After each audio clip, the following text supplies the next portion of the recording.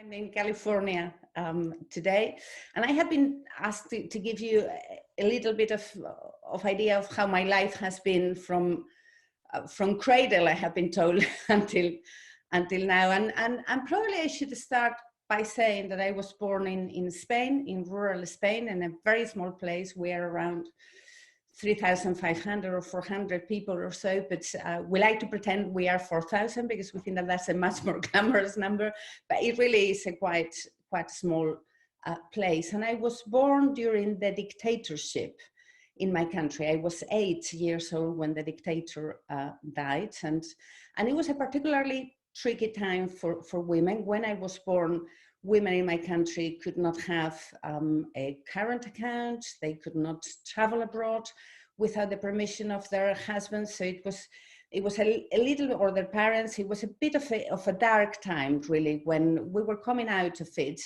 but it was still a bit of a dark time in the country. And my families on both sides, my father and my mother, were the very first ones in their families who had gone to university. They came from families of farmers. My father didn't have means to do that, and therefore he enrolled in the church and then stepped out. Lucky for me, otherwise I would not have been born. And my mother, it was even more unusual because women at that time, there were very few who went to university. But the things that I remember, I was very little, but what I remember about all those years and my early teenager years is, first of all, my grandfather, who was a self-taught farmer, but quite modern man, kind of brainwashing myself and my sister about economic independence. You know, he kept saying, economic independence is the key to freedom. And I think that he told me that so many times that I almost have it engraved in my DNA. The other thing I remember was my mother working, and she was one of the few women who work in the village. She's a vocational teacher. She has taught chemistry to pretty much 3 generations of people there. But to me, as a kid, as a little girl, the feeling I remember is seeing her having to justify how she wanted to work, and also having to explain to people that she wasn't really disrespecting my father by doing so. And the third feeling I remember from that time was the feeling of change. This was Spain coming out from the dictatorship and now starting the first steps in democracy, and it was a really positive time, and there was a lot of social mobility. And I think that for me, that was a stroke of luck, really. If you come back to my village, many of the friends that I had there when I was little, when I was studying there in the primary school and then the secondary school where I studied there, many of them are still there. And it's not also obvious to think, how do you go from there to having an international career? And I think that it happened to quite a few people in my generation because there was this enormous amount of positive movement. And I have thought about this a lot. People say, like, you know, provided you are given education, you can do whatever you want. For us, it wasn't so much that we were given education, it's the fact that we were made to believe in education. And I have ever since really taken it almost as my right, that, you know, it was my right to do whatever I decided to do in my life, provided I put enough effort into it. And that is something that I try to tell every single girl, that I do a lot of work with girls, and I will tell you later in a program called Inspiring Girls, but I try to tell girls all the time, look, those teenager years, what you do at school in those teenager years is really, really relevant, because in my experience, it either makes you or breaks you. So I did, as I say, primary and secondary school in my village. Then I went to the closest possible university to read law. It wasn't a particularly good university, but it was a fantastic time, really. And I was that kind of person, a bit of an annoying person, really, who applies for everything. I have always had quite a lot of energy, and every kind of program for possible scholarships, I would apply to it. And I think that it was simply because of probability that I had applied to so many that I ended up getting two possible scholarships. One was to do ecclesiastic law in Italy, and another one was to do European law in Bruges. So there was no contest. Of course, I ended up going to Bruges. And that was a very, very important time of my life for me, because it was the first time that I properly stepped out of Spain. I went to another country. I was in an environment where there were people from all different nationalities, in particular, all the European nationalities. And it was that kind of realization of different is good. We are all different. And yet there is much more that brings us together than keeps us apart. It was also a very important time for me because that is where my husband Nick and I met, and we have been together.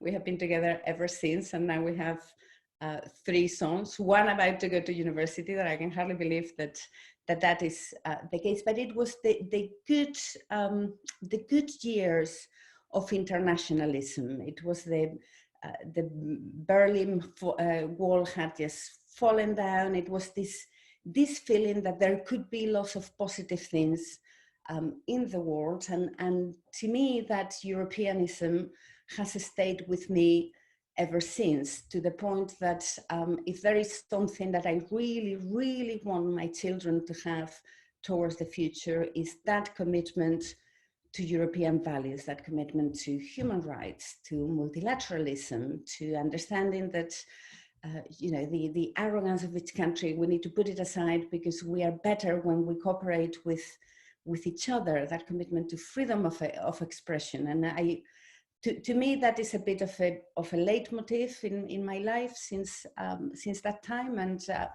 And now that I live in the United States, I have to say, and I have worked with many, many countries because I'm an international trade lawyer.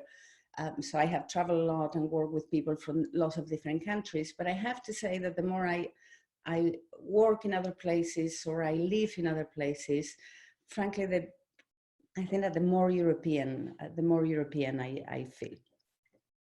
When I finished the College of Europe, I started working at the European Commission in Brussels. And my first job was as a trade negotiator. I was negotiating the World Trade Organization. And it was a really, really happy time for me. It was the beginning of my professional career. I had sort of landed in a place that I liked. You tend to get a lot of responsibility as a young official in Brussels. And I always I think that job is my biggest regret. When you have a job that you think, I'm really, really good at this, and it sort of comes natural to me to do something like this. And I ended up moving on because other opportunities came in. But I have always looked backwards with a little bit of nostalgia, thinking, well, perhaps I should have kept doing something that I liked as much as that. And I consider myself much more of a vocational negotiator than a vocational lawyer. But I moved on because a British man, actually, Chris Patton, who was Commissioner for External Relations, asked me to become his advisor on trade and Northern Africa and Middle East. And those were very, very busy years.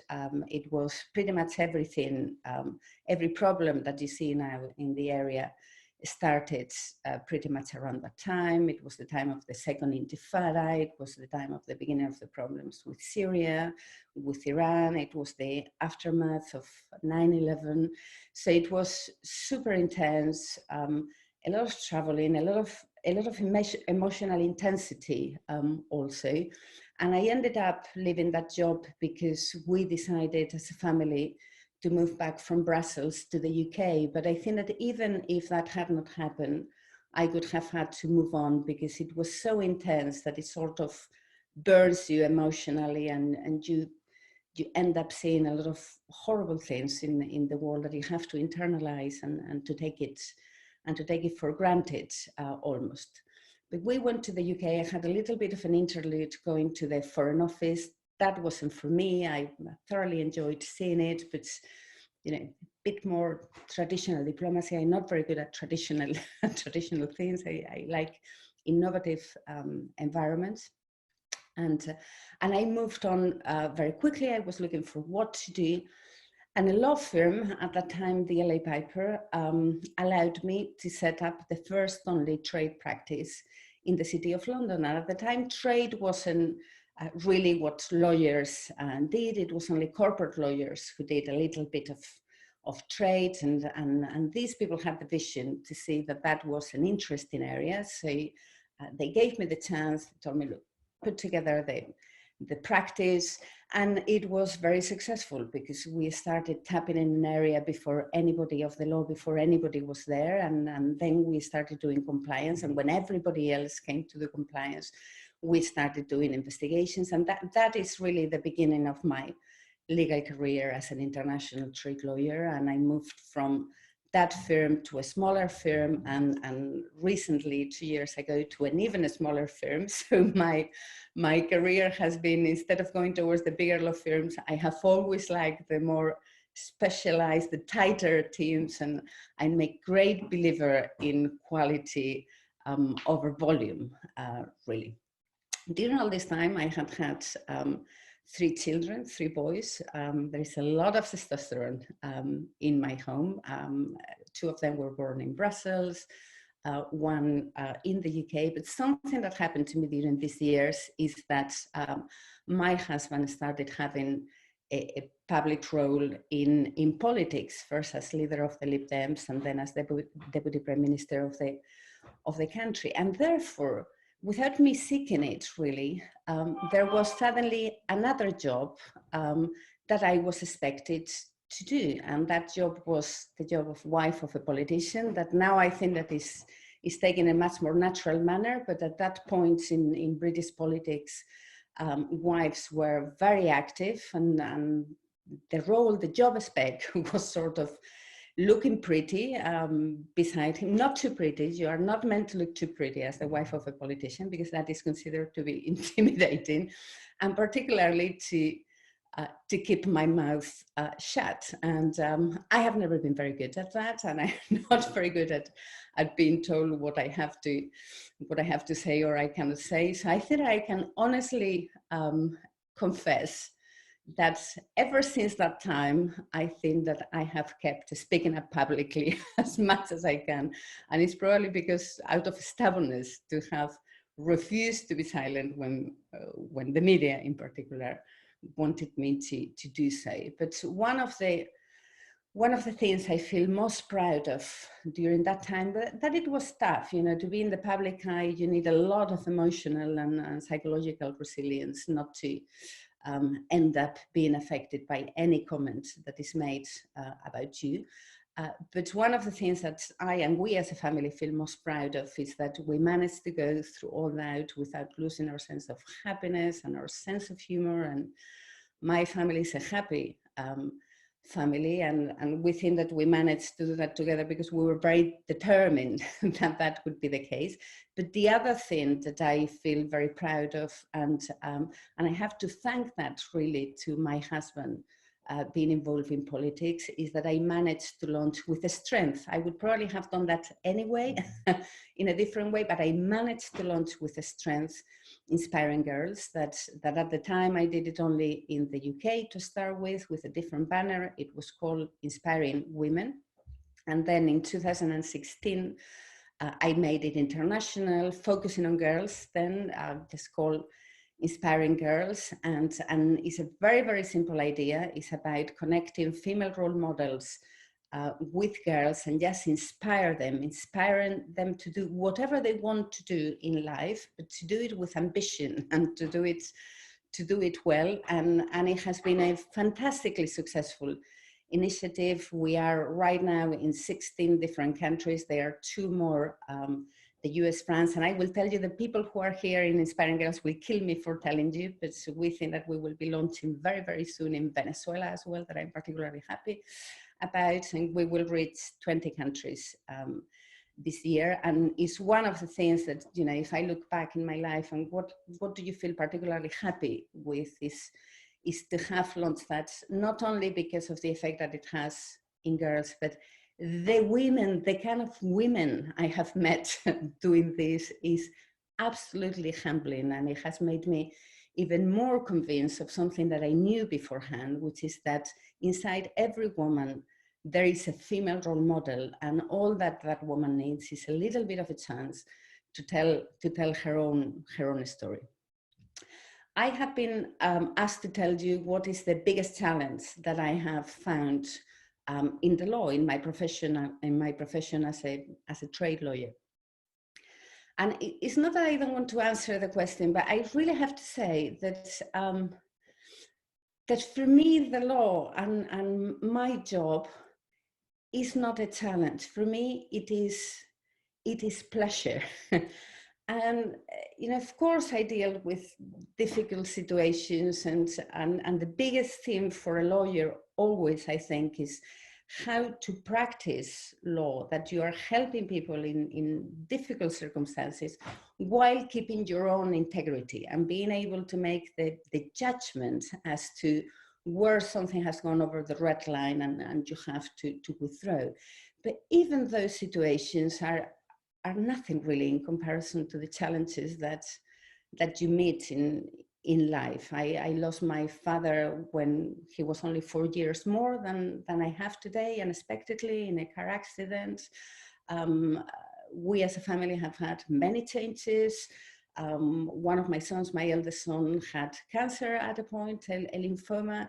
And really, when I look backwards, now that I have the perspective of a 52-year-old woman, I can honestly say nothing, pretty much nothing that you will find in your professional career comes to the level of what you will find in life. And don't get me wrong, I'm a bit of a workaholic. I put a lot of energy in my job. I work intensely.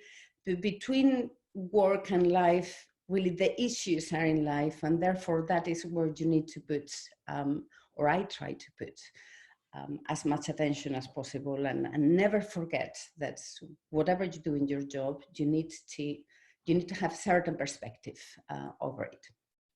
And I would probably finish by telling you, I'm sounding a little bit like the old woman trying to look experienced, but it really, this time of the lockdown, and it allows you to look backwards to your life and to try to see, you know, what has gone well and what has gone less well. And I think that's something I'm very acutely aware right now at this point in my life, is that when I started, I sort of thought that it was okay just to do a good job and to be a good person in your immediate surroundings, with your family, with your friends, and that the kind of wider world, it took care of itself. It was I was mentioning it earlier, it was a positive time. You know, the world was going places.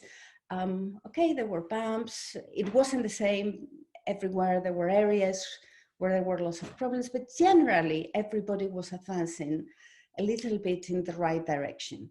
And that is the main change I have seen during my life, that we have had points where we can really say that unless we all work in the right direction, the world could go the other way, and we could start losing freedoms, and we can start seeing things that my generation never saw, never thought that they would be possible. So, so with the years, I have become even more convinced that it's just not enough to take care of your immediate surroundings and to take care of your job and to do it well, that you are expected a bigger contribution to society. And that is the main message that I would like to give you today, that find your way. You know, that it will be completely different to all of us. There are different things that get us excited, and that we believe that are important. And also, whatever way you find, it may change in life. For me, it was very much about inspiring girls at the beginning, and now I